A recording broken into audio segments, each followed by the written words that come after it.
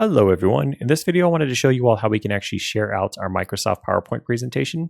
This is really helpful when you're collaborating with others, or maybe you just want to be able to share your presentation with someone and so that they can track the changes that you make so you're not sending offline copies to each other.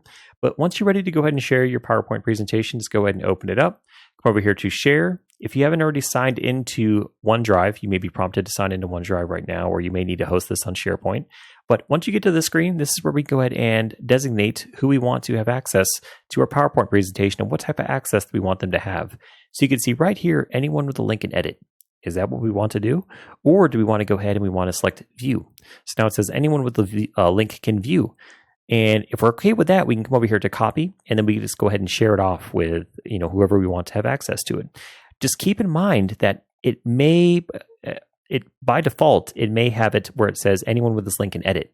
So you may share this link with one person, and that one person shares it with 5 other people, and before you know it, half of your work is editing your PowerPoint presentation. So you definitely want to control who has the edit permissions on your presentation.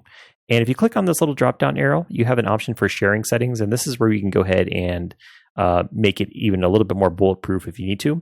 But if you just do specific people and anyone, if you do specific people and just select can edit, now what we can do is we can go ahead and we could just mention people here by name if they're in our organization, or maybe it's a school account. You can mention people by name on here and they should pop.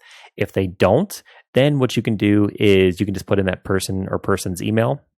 And then anyone that you send it off to after you select send will be able to make edits to your PowerPoint presentation. And then over here, you may just want to go ahead and set this over to can view.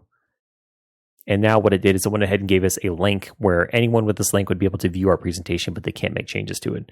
So that's actually how you're able to share out your PowerPoint presentation.